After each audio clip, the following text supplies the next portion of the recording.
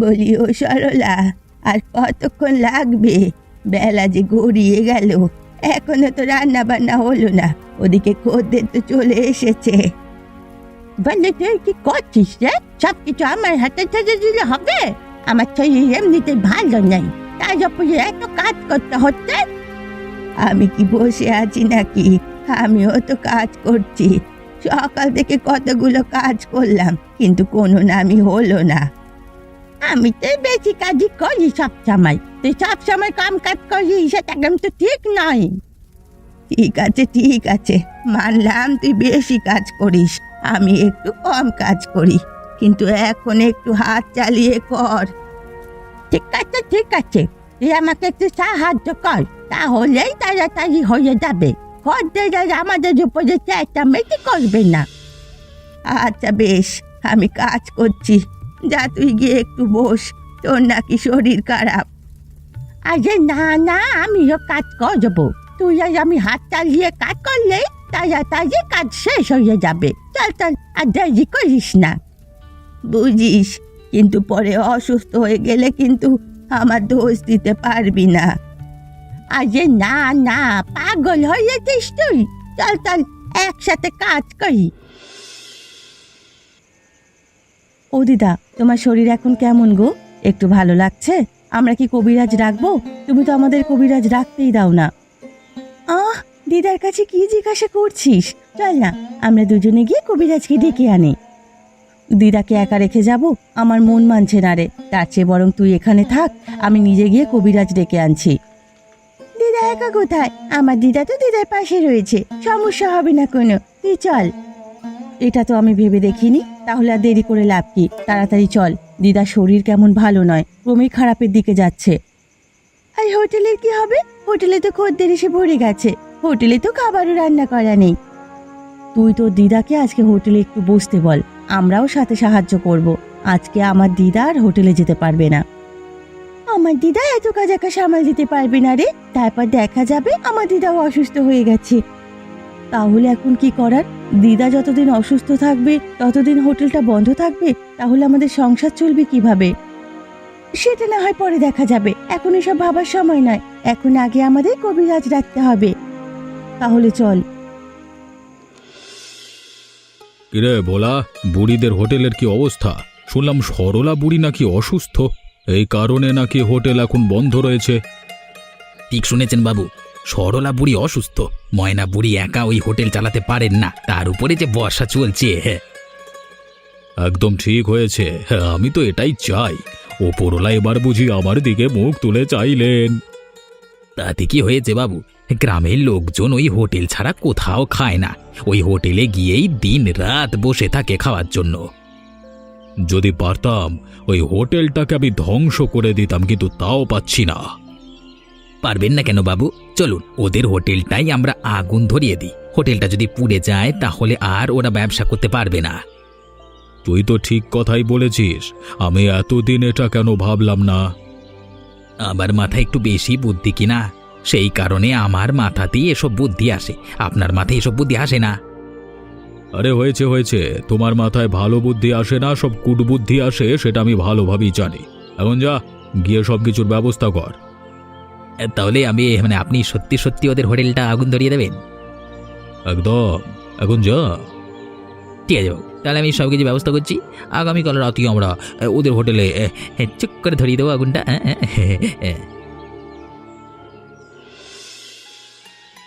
যাই বলিস না কেন, শম্ভু দাদা কিন্তু তোকে খুব পছন্দ করে, তার হাব ভাব দেখলেই বোঝা যায়। কিসের ভাব রে? ওটাকে কোনো হাব ভাব বলে? ওটা তো নিজে একটা হাবাগোবা। তোর সামনে এসে কথা বললেও লজ্জায় একদম লাল হয়ে যাবে। মানুষ ভাববে ও তোকেও পছন্দ করে। তাতে কি হয়েছে? একটু বেশি সহজ সরল। এই যুগে এমন ছেলে পাওয়া যায় বল? তাছাড়া শম্ভু দাদা কিন্তু খুব ভালো লোক। এই যুগে এত সহজ সরল ছেলে হলে চলে না, একটু চালাক না হলে পৃথিবীতে টেকা যায় না। তাই বলে তুই শম্ভু দাদাকে ফিরিয়ে দিতে পারিস না। তোর জন্য এমন ভালো ছেলে কিন্তু আর পাওয়া যাবে না। দরকার নেই ভাই, আমার এত ভালো চাই না। বুঝতেই পারবে না আমি কি চাই। তার সাথে সংসার করা যাবে নাকি? এটা অবশ্য ঠিক বলেছিস। সবাই শম্ভু দাদাকে ঠকিয়ে যায়, তাকে নিয়ে হাসাহাসি করে, পরে তোকে নিয়েও হাসাহাসি করবে। আমি তো এই কারণেই এদিকে আসছি না। শম্ভু দাদা যা ইচ্ছে তাই করুক, তাতে আমার কি। ঠিক আছে, তোর কাছে যদি এটাই ভালো মনে হয় তাহলে তাই করবি। তাহলে শম্ভু দাদাকে স্পষ্ট করে সব বলে দিস। ঠিক আছে ঠিক আছে, তাই হবে। এবার শম্ভু দাদার সাথে যদি আমার দেখা হয় আমি স্পষ্ট করে বলে দেব, কিন্তু এই বলদের সাথে আমি সংসার করতে পারবো না। দেখিস ভোলা, ধীরে ধীরে কাজটা করবি এবং সাবধানে করবি। কাজটা করবার পরেই দ্রুত এখান থেকে পালাতে হবে। তা তো অবশ্যই বাবু। এ বাড়িতে বুড়িদের দুটো নাতনিও থাকে। বুড়িটা টের না পেলেও ওই নাতনিরা ঠিকই টের পাবে। আমাদের যদি একবার ধরতে পারে তাহলে আস্ত রাখবে না। নে নে, এখন আর কথা বাড়াস না, বুঝলি? কেরোসিনগুলো পুরো হোটেলে ছড়িয়ে দে, তাহলে আগুন ভালো ধরবে। ঠিক আছে বাবু, গুনে গুনে 2 কেজি কেরোসিন তেল নিয়ে এসছি। আমি এই তেল ওই হোটেলেই ঢালবো সব। এইবার মশালটা ছুঁড়ে মার তো দেখি। হোটেলের উপরে এমন ভাবে মারবি যেন হোটেল একদম নিশ্চিহ্ন হয়ে যায়। কিন্তু বাবু, হোটেলের সাথে যদি ওদের ঘরেও আগুন লাগে, হোটেলটা তো ওদের বারান্দায়। আরে ঘরের কিছু হবে না, হোটেল পুড়তে পুড়তে ওদের ঘুম ভেঙে যাবে। ওরা নিশ্চয়ই আগুন নিভিয়ে ফেলবে। তাছাড়া ঘর পুড়ে গেলেই আমাদের কি? আমরা এত চিন্তা করছি কেন? নো টেনশন, মানে নো চিন্তা। ঘর পুড়ে গেলে কিন্তু ওদেরও পুড়ে যাওয়ার সম্ভাবনা আছে, এটা মাথায় রাখবেন। আরে গেলে যাক না, আপদ বিদে হবে। ওসব নিয়ে আমি চিন্তা করছি না। তোকে যা করতে বলেছি তুই তাই কর।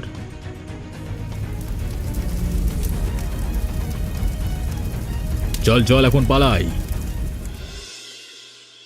আরে হাই, এই আমাদের কি সর্বনাশ হলো গো! এই সর্বনাশ আমাদের কে করলো? কাল কোন ক্ষতি আমরা করেছিলাম? আমাদের হোটেলে আগুন ধরলো কিভাবে? তুই আন্দাজে কার দোষ দিচ্ছিস? হতে পারে কোনো প্রাকৃতিক কারণেই আগুন ধরেছে। না যে, চালার ওপর তো দেখাই যাচ্ছে একটা মশাল। প্রাকৃতিক কারণে মশাল তো আর উড়ে উড়ে এসে হোটেলে পড়েনি, তাই না? তুই একটা ভালো কথাই বলেছিস, এটা আগে আমি খেয়াল করিনি। তার মানে কেউ শত্রুতা করে আমাদের হোটেলটা পুড়িয়ে দিতে চাইছে। কিন্তু কাল কোন ক্ষতি আমরা করেছিলাম? কাল আমাদের উপরে এত রাগ, আমাদের হোটেলটা পুড়িয়ে কাদের লাভ হবে? আমি তো কিছুই বুঝতে পারছি না। এই গ্রামে সবাই আমাদের খুব ভালোবাসে, আমাদের রান্নার কত প্রশংসা করে সবাই। আমরা একদিন হোটেল বন্ধ রাখলে এই গ্রামের লোক অন্য হোটেলে যায় না।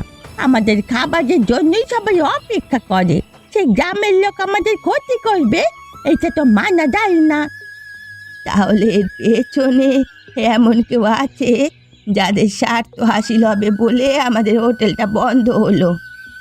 সেইটা তো একদিন নিশ্চয়ই বের করবো আমরা। কিন্তু এখন আমাদের কি হবে? হোটেলটা পুড়েই গেছে। এই পোড়া হোটেল তো আর চালানো যাবে না। এই আর করার, হোটেলের সাথে সাথে আমাদের কপালও পুড়ে গেছে। এখন দেখি কি করা যায়। কি হলো গায়ত্রী, তোমরা এখানে মন খারাপ করে দাঁড়িয়ে আছো কেন? কিছু কি ঘটেছে? বলি, তুমি থাকো কোথায়? গ্রামে থাকো না নাকি? গ্রামে সবাই জানে আমাদের কত বড় সর্বনাশ হয়ে গেছে, আর তুমি কিছুই জানো না। কই না তো, আমি তো কিছুই জানি না। আমার কাছে তো গ্রামবাসীরা কিছুই বলল না। তুমি বলো, তোমাদের কি হয়েছে? গত রাতে আমাদের হোটেলে কারা যেন আগুন লাগিয়ে দিয়েছে। এ গ্রামের কারা আবার তোমাদের হোটেলে আগুন লাগাতে যাবে? আমার তো মনে হয় কোনোভাবে, মানে ইচ্ছাকৃতভাবেই আগুনটা লেগেছে। আরে না গো, একটা বড় মশাল পাওয়া গেছে। আমরা নিশ্চিত ওই মশাল দিয়ে কেউ আগুন ধরিয়ে দিয়েছে আমাদের হোটেলে। তাই নাকি? কিন্তু কারা এমন কাজ করবে? তোমরা কি জানো কারা এমন কাজ করেছে? তুমি কি বোকা শম্ভু দাদা? আমরা যদি জানতাম তাহলে তো তোমাকে অবশ্যই বলতাম। তাহলে তোমাকে এটা বলতাম না যে কারা যেন আগুন লাগিয়ে দিয়েছে। হ্যাঁ, এটা তুমি ঠিক কথাই বলেছ। আমি বুঝতে পারিনি, দয়া করে রাগ করো না। ঠিক আছে ঠিক আছে, তুমি এখন যাও।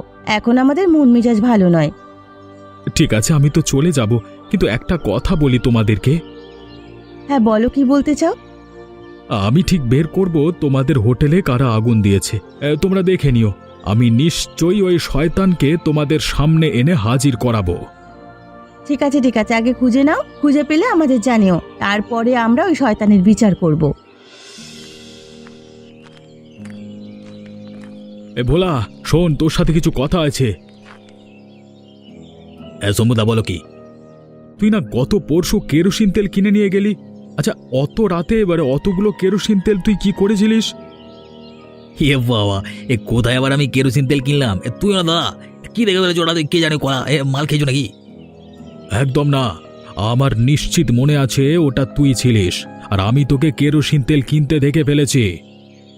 তুমি বলো, আমি এতগুলো কেরোসিন তেল কেন কিনতে যাবো? মিথ্যে কথা বলছিস কেন? আমি সহজ সরল হতে পারি, কিন্তু আমি তো সত্য কথা বলি। আমি সত্যিই তোকে দেখেছি রাতে কেরোসিন তেল কিনতে। আচ্ছা আচ্ছা, মনে পড়ছে। আমি তো আমার বাড়ির জন্য কেরোসিন তেল কিনছিলাম। আবার মিথ্যে কথা বলছিস? তুই ওই কেরোসিন তেল নিয়ে বুড়িদের হোটেলে আগুন দিয়েছিস, তাই না? বুড়িদের হোটেলে আগুন দিয়েছি? মানে বুড়িদের হোটেলে আগুন লেগেছে নাকি? কবে কখন আমি তো কিছু জানি না। আবার মিথ্যে কথা বলছিস? দেখ ভোলা, এবার কিন্তু বাড়াবাড়ি হয়ে যাচ্ছে। আমার এই হাত দেখেছিস তো? এই হাতের একটা চড় খেলে না সব সত্য বের হয়ে যাবে। আমি সত্যি কথা বলছি, আমি আগুন দিতে যাবো কেন? চল, আমি এখনই তোকে বুড়িদের কাছে নিয়ে যাব। তুই নিজেই আগুন দিয়েছিস, সেবার আমি সেটা প্রমাণ করে ছাড়বো। তুমি আমাকে ধরতে পারলে তো পালাই আমি। বিহারী বাবু, ও বিহারী বাবু বাড়িতে আছেন? আসুন আসুন, আপনার সাথে দেখা করতে আমরা দুজন চলে এসেছি।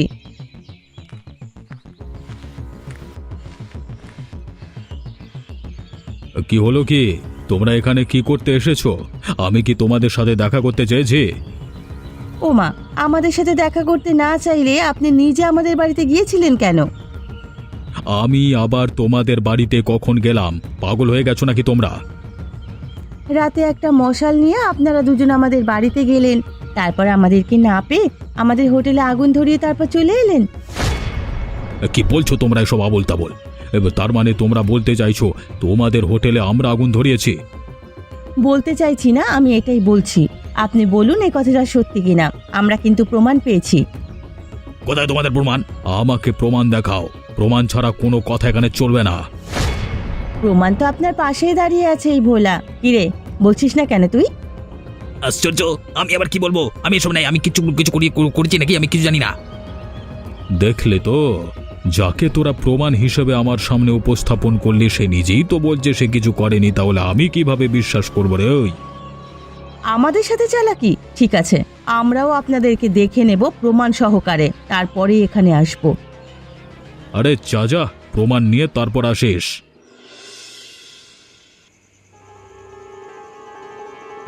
একটুখানি পুচকে মেয়ে আবার আমাকে এসেছে হুমকি দিতে সালা। ওরা নাকি আমার বিচার করবে। আরে বাবা, এতদিন আমি এ গ্রামের সবার বিচার করে এসেছি, আজকে তোরা কিনা আমার বিচার করবি? ওই ন্যাকা। ওরা আপনাকে এখনো সঠিকভাবে চিনতে পারেনি বাবু। যদি চিনতে পারতো তাহলে এখানে আসবার সাহসও করতো না। চিনবে কিভাবে? পৃথিবীতে এলোই তো মাত্র 2 দিন হলো। আগে ভালোভাবে জ্ঞানটা হোক, তারপর না হয় আমাকে চিনবে। কিন্তু ওরা যে আপনাকে হুমকি দিয়ে গেল, ওরা যদি প্রমাণ বের করতে পারে? প্রমাণ কিভাবে পাবে? এ কথা তুই আর আমি ছাড়া গ্রামের কেউ তো জানে না। তুই আর আমি যদি চুপ থাকি তাহলে আর কে বলবে ওদেরকে? এটা আপনি সঠিক কথাই বলেছেন। ওরা শুধু শুধু আমাদের সাথে লড়তে এসেছে, কিন্তু ওরা যে পারবে না সেটা তো জানে না। ওদের অবস্থা দেখে আমার নিজেরই হাসি পাচ্ছে। আহা, হোটেলটাও গেল, উপার্জনের পথও গেল, আর এখন আমার সাথে পাঙ্গা নিয়ে নিজেদের মান সম্মানও যাবে। কিন্তু বাবু, বৃষ্টির জন্য হোটেলটা কিন্তু অর্ধেক পুড়েছে, সম্পূর্ণ কিন্তু পড়েনি। তাতে কি হয়েছে? ওই 8 পোড়া হোটেলটা ওরা চালাতে পারবে না। আমার উদ্দেশ্য সফল হয়েছে। ঠিকই তো, আমাদের উদ্দেশ্য তো ছিল ওদের হোটেলটা বন্ধ করা। অর্ধেক পুরুক আর সবটুকু পুরুক, হোটেল তো বন্ধ হয়েছে। আমি তো সেটাই বলি, এখন শুধু শুধু বসে ওদের তামাশা দেখবি?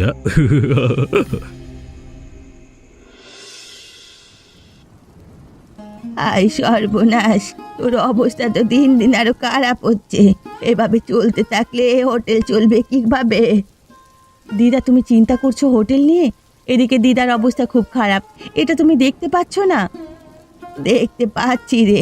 হোটেলের চিন্তা না করলে তোর দিদার চিকিৎসার খরচ পাবো কোথায়? আমাদের হাতে যে টাকা নেই। কি করব বলো তো দিদা? আমার তো দিদাকে নিয়ে বড্ড চিন্তা হচ্ছে। হোটেলে রেখে যে অন্য কোনো কাজ করব তাও পাচ্ছি না। এই বৃষ্টি বাদলের দিনে কোনো কাজ খুঁজে পাওয়া যায় না রে। তাছাড়া এই বৃষ্টি বাদলের মধ্যে তোমার একার পক্ষে হোটেল চালানোও তো সম্ভব নয়। আমি না হয় কোনোভাবে চালিয়ে নেব, কিন্তু সরলার কি হবে? ওকে তো কবিরাজ দেখাতে হবে। কবিরাজ তো একবার দেখিয়েছি, কিন্তু কোনো লাভ হলো না। তখন তো একটু সুস্থ হয়েছিল, কিন্তু হোটেলে আগুন লাগার পর তোর দিদা আবার অসুস্থ হয়ে পড়েছে। এখন কি করব দিদা? দিদার অবস্থা তো খুব খারাপ। আমি এখানেই আছি, তুই যা গিয়ে কবিরাজকে ডেকে আন এখনই। কিন্তু বাইরে তো বৃষ্টি পড়ছে, এই বৃষ্টির মধ্যে আমি কিভাবে যাব? যেতে তো হবেই। তোর কি ভয় লাগছে? তাহলে দিদার পাশে তুই বস, আমি নিজেই যাচ্ছি। না দিদা, এই বৃষ্টির ভেতরে তুমি যেতে পারবে না, আমি যাচ্ছি। তুমি দিদার খেয়াল রেখো, আমি যাব আর আসবো। এ কি শম্ভু দাদা, তুমি এত সকাল সকাল আমাদের বাড়িতে এসেছো কেন? তুমি কি মতলবে এসেছো বলো তো?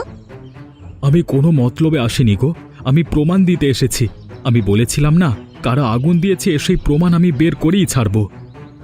আমরা তো সবাই এখন জানি বিহারী বাবু আর ভোলা মিলে এ কাজ করেছে। আমি বিহারী বাবু এবং ভোলার বিরুদ্ধে প্রমাণ নিয়ে এসেছি, তবে এতটুকু প্রমাণই মনে হয় হবে না। কি প্রমাণ নিয়ে এসেছো দেখি? সেদিন আমি ভোলাকে কেরোসিন কিনতে দেখেছিলাম, কিন্তু আমি তো বুঝতে পারিনি তখন। আজকে আমি খুঁজতে খুঁজতে বিহারী বাবুর ঘরের পেছন থেকে এই কেরোসিনের বোতল পেয়েছি। তার মানে এখন তো সব পরিষ্কার হয়ে গেল। আমাদের আরো প্রমাণ দরকার। আশা করি ওই ভোলাকে ধরলে বাকি প্রমাণ পেয়ে যাব। তাহলে চলো আমরা সবাই মিলে ভোলাকে ধরবার ব্যবস্থা করি। ভোলাকে জিজ্ঞাসা করলে নিশ্চয়ই সে স্বীকার করবে। এছাড়া আর কোনো উপায় নেই। সামান্য একটা কেরোসিনের বোতলের উপর ভিত্তি করে বিহারী বাবুর বিরুদ্ধে কোনো অভিযোগ করা যাবে না। আমিও সেই কারণেই তোমাদের কাছেই এসেছি। চলো, আমি জানি ভোলা এখন কোথায় আছে, আমরা সবাই মিলে ভোলাকে ধরতে যাই। চলো চলো, আর দেরি করা ঠিক হবে না।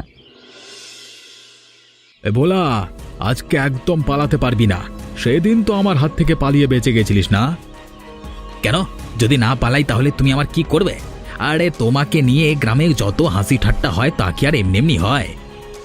শম্ভু দাদাকে নিয়ে না হয় হাসি হয়, কিন্তু আমরা কেমন সেটা তো তুই ভালোভাবেই জানিস। আরে বিশ্বাস করো, আমি কিচ্ছু করিনি, সত্যি বলছি। এই শম্ভু দাদা তোমাদেরকে মিথ্যে বানিয়ে বানিয়ে বলছে, ব্রেন ওয়াশ করছে। এসব কি হচ্ছে? আজব তো, আমি বানিয়ে বানিয়ে মিথ্যে কথা বলবো কেন? হ্যাঁ, বিশ্বাস করো গায়ত্রী, আমি বানিয়ে বানিয়ে একটা কথাও বলছি না। আমি জানি দাদা, তুমি সত্যি কথাই বলছো। তুমি আর যাই হোক কখনো মিথ্যে কথা বলতে পারো না। তুমি বড্ড সহজ সরল। দেখলি তো, এবার পালাবি কোথায় রে? এবার আমরা সবাই মিলে তোকে ধরবো। হ্যাঁ, আগে ধরে তো দেখাও, তারপর না হয় সব হবে।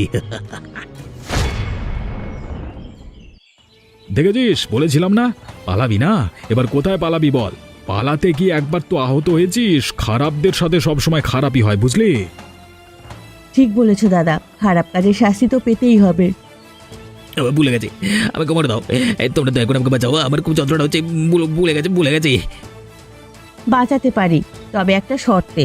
যদি তুই সবকিছু আমাদের কাছে স্বীকার করে নিস, তাহলে আমরা তোকে কবিরাজের কাছে নিয়ে যাব। হ্যাঁ, আমি স্বীকার করছি। আমি আর বিহারীবাবু মিলে তোমাদের হোটেল আগুন দিয়েছিলাম, যেন তোমাদের হোটেল বন্ধ হয়ে যায়। বাবরে, এবার সঠিক সময়ে এই কথা সবার কাছে স্বীকার করবি তো?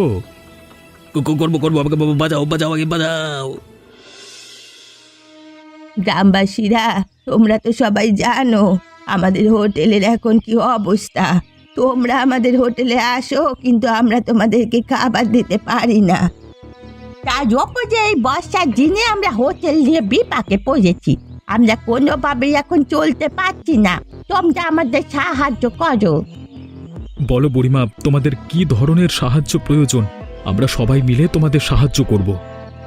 আমরা তো তোমাদের কাছ থেকে টাকা পয়সা নিয়ে সাহায্য চাই না। আমরা চাই বিহারী বাবুর যেন উচিত শিক্ষা হয়। বিহারী বাবু আমাদের যে অবস্থা করেছে তার শাস্তি যেন সে পায়। যেহেতু আমাদের হাতে এখন প্রমাণ আছে, আমরা গ্রামবাসীরা সবাই মিলে চাইলেই বিহারী বাবুর একটা ব্যবস্থা করতে পারি। আমরা শেখার জন্যই তোমাদেরকে ডেকেছি। তোমরা দয়া করে আমাদের একটু সাহায্য করো। তোমরা চিন্তা করো না বুড়িমা, আমরা যখন একত্র হয়েছি এবং প্রমাণ আমাদের হাতে আছে, তাই আমরা সবাই মিলে বিহারী বাবুর বিচারের ব্যবস্থা করব। এইটুকু করতে পারলে আমরা খুশি, আমাদের আর কিছু লাগবে না। আমাদের হোটেল আবার নতুন ভাবে আমরা শুরু করব। আরে এবার থেকে আমরা নতুন ভাবে আবার শুরু করে গ্রামবাসীদের খাবারের ব্যবস্থা করে দেব। তাহলে চলো আমরা সবাই মিলে বিহারী বাবুর বাড়ির দিকে যাই, তার কাছে বিচার চাইবো আমরা। কি বিহারী বাবু, আপনি আমাদেরকে বলেছিলেন না প্রমাণ আনার কথা? আমরা সমস্ত প্রমাণ নিয়ে এবার হাজির হয়েছি। আশা করি এবার আমরা সঠিক বিচার পাবো।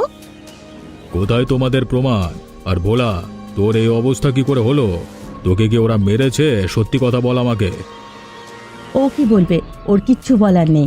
ওকে এখানে যতটুকু বলতে আনা হয়েছে ও ঠিক ততটুকুই বলতে পারবে। সবটা আমাকে খুলে বলো, তোমরা ওর সাথে কি করেছো? আর তুমি এখানে এসেছো কেন সবাইকে নিয়ে? বললাম না প্রমাণ নিয়ে এসেছি। আপনি নিজে আমাদের বাড়িতে আগুন লাগিয়েছেন আমাদের হোটেল পুড়িয়ে দেওয়ার জন্য। ভোলা আমাদের কাছে স্বীকার করেছে। মিথ্যে কথা, আমি এমন কিচ্ছু করিনি। ভোলা তোমাদের কাছে ঢপ মেরেছে, মানে মিথ্যে কথা বলেছে। একদম নয়। কেরোসিন তেল কেনা থেকে শুরু করে সব মশাল পর্যন্ত সবকিছুর প্রমাণ আমরা পেয়েছি, এবং আপনি যাকে নিয়ে কাজ করেছেন সে নিজেও স্বীকারোক্তি দিয়েছে। এসব কিছু আমাকে ফাঁসানোর জন্য করা হয়েছে। আমি এসব কিছু করিনি। টাকা পয়সার অভাব নাকি? হ্যাঁ, মুখে গুঁজে দেবো এবারে। টাকা, প্রচুর টাকা আছে। আপনার টাকা পয়সার অভাব নেই, কিন্তু আপনার ভালো মন মানসিকতার বড্ড অভাব। আপনি হলেন একজন হিংসুটে। চুপ করো তোমরা। এবার বলবেন যে আপনি করেছেন কিনা, নাকি আমরা আমাদের বিচার নিজেরাই করে নেব? যেহেতু তোমরা সবাই সবকিছুই জেনে গেছো, তাই আমি তোমাদের কাছে ক্ষমা প্রার্থনা করছি। আমি আমি আমি আর এমনটা করবো না। ও বাবা, আপনাকে সম্মান করে আমরা আপনাকে সবাই ক্ষমা করে দিচ্ছি। ভবিষ্যতে এমন ধরনের কাজ করলে আপনার নিস্তার নেই। ঠিক আছে ঠিক আছে, আমি এমন কাজ কখনো করবো না, কখনো না। আরেকটা কথা, আপনাকে যেন আমাদের বাড়ি আর হোটেলের আশেপাশে আর কখনো না দেখি।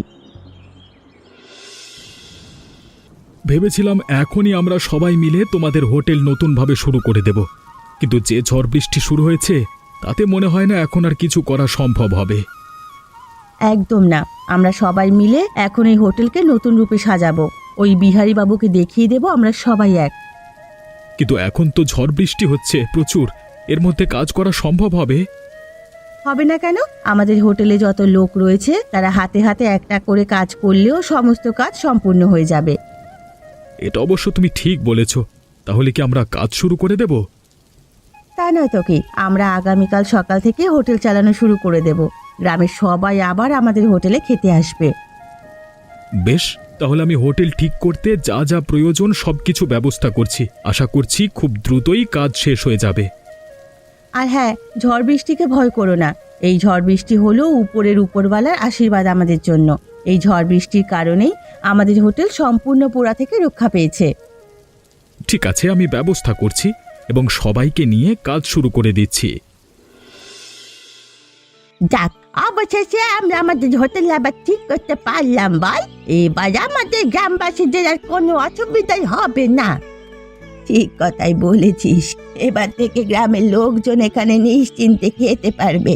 আর সবকিছুই সম্ভব হয়েছে শুধুমাত্র গ্রামবাসীদের জন্য। আমাদের দুই নাতনিও কিন্তু কম কিছু করেনি। যাতে ছিল ওই শম্ভু, এরা সবাই এক হয়ে আমাদের হোটেলটা ঠিক করে দিয়েছে। এই ঝড় বৃষ্টির মধ্যে হচ্ছে আমাদের হোটেলটা ওরা ঠিক করে দিয়েছে, যে এটাই অনেক। হ্যাঁ, যে আমাদের সংসারে যত টানা পূজন ছিল এবার আবার সব আস্তে আস্তে মিটে যাবে। তা তো বুঝলাম, কিন্তু এখন থেকে তোর আর অসুস্থ হওয়া চলবে না। তুই অসুস্থ হলে এই হোটেলটা নড়বড় হয়ে যায়। আজ অসুস্থ হব না। আগে তো হালকা অসুস্থ ছিলাম, পরে এই হোটেলের চিন্তায় আজ অসুস্থ হয়ে পড়েছিলাম। এবার তো আমাদের হোটেল আবার ঠিক হয়ে গেছে।